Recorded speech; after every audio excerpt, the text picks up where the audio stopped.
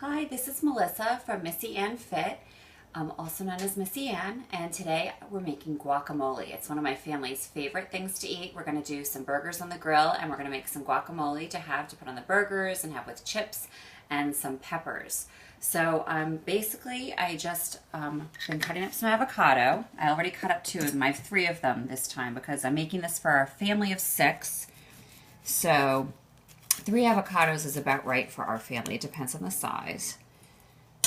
You basically cut it down the middle, and you just take your knife and you pop the pit out. Okay, and then you take your spoon, and I have a bowl set up already. You just kind of scoop it out, nice and ripe. And avocado is one of the healthiest fats, and it's really delicious and it's good for you. So we scoop that out. And we get a fork and you mash it up. So when they're nice and ripe like that, that nice dark color, they're really easy to mash with a fork. It's really simple, really easy. And when you make fresh guacamole, it's just so delicious because it's all fresh ingredients. You know what's in it. So you just really want to mash it up really, really well before you add your other ingredients. That's the trick. So just take the tines of the fork and keep mashing over and over and over again. And just keep going so you get a nice mashed up consistency. So it's a nice creamy texture to it. And that's what 3 avocados looks like. And then I already cut up my other ingredients just to make it a little bit easier. And this is actually one of my favorite kitchen tools. I absolutely love it. And after I chop, because I chop all kinds of different vegetables and things, and this is a great time saver. So I have a tomato, did 1 whole tomato in there, chopped really fine, add that. And some cilantro, which was washed and chopped up really fine.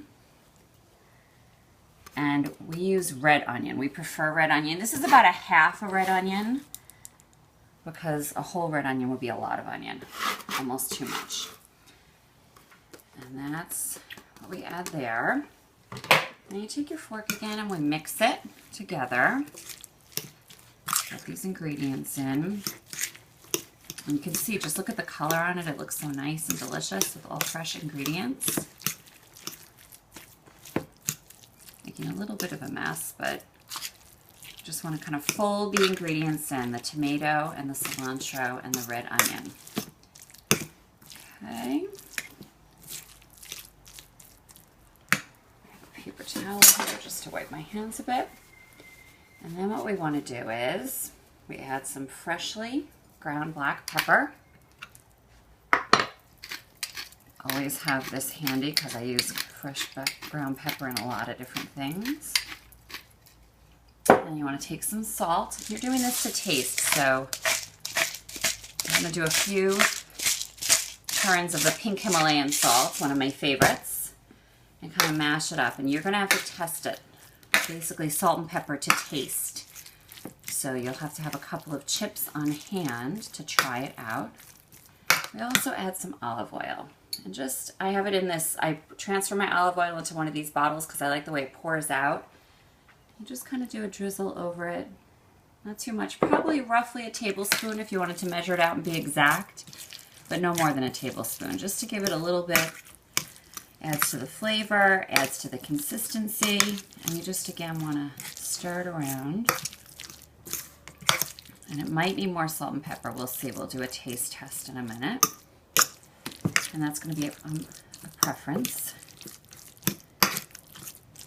And what I did was, not only do we have chips, but, you know, I don't want to have too many chips when I'm eating I like to limit my chips because I could just keep eating and eating and eating chips until the bag is empty, which you don't want to do. It's not really the best way to go. I also cut up some peppers. We have some red and green peppers, which is a great way to also dip. So we'll try this and see how it tastes, if it's enough salt.